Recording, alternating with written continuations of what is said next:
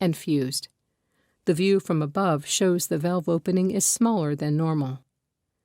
The diseased leaflets cannot move correctly, resulting in poor blood flow through the valve, which causes pressure to build in the left ventricle.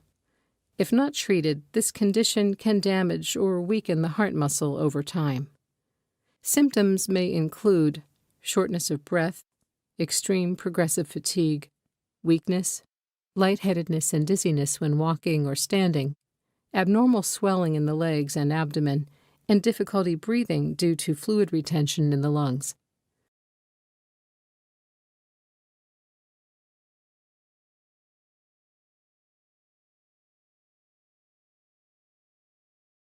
An echocardiogram, or cardiac ultrasound, is a diagnostic test that uses sound waves to view structures of the beating heart, such as the chambers or valves. A device called a transducer is placed on the chest wall, and sound waves are transformed into images and video which are used to evaluate your heart's function and visualize structural details. Blood flow is recorded with a technique called color Doppler. The echocardiogram shows the strength of the heart muscle squeeze and if any of your heart valves are too tight, stenotic, or too leaky, regurgitation. This information helps your physician choose an appropriate treatment.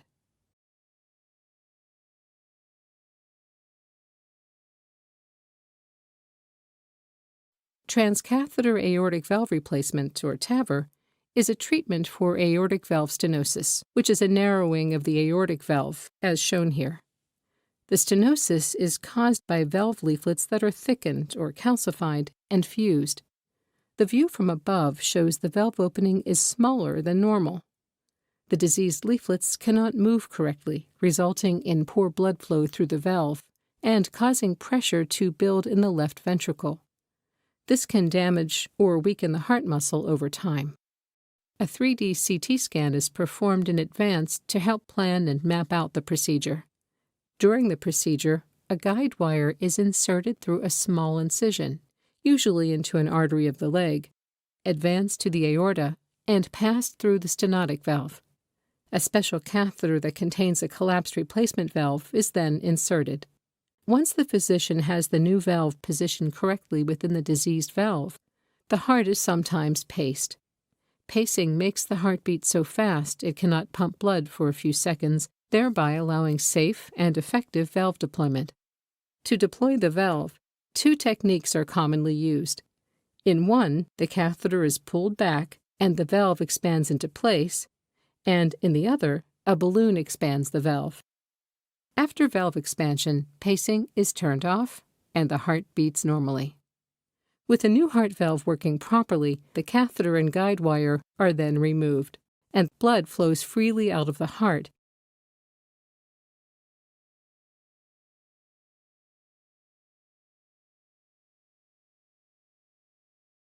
Although the transcatheter aortic valve replacement, or TAVR, procedure is safe, there are some risks to be aware of when considering a TAVR.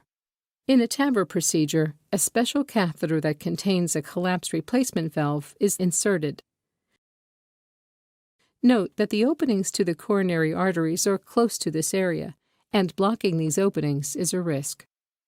Once the physician has the new valve positioned correctly within the diseased valve, the heart is paced. Note that the heart's electrical system is close to this area, and interfering with normal beating of the heart is a risk. Depending on your specific medical condition, there may be some risks not listed here.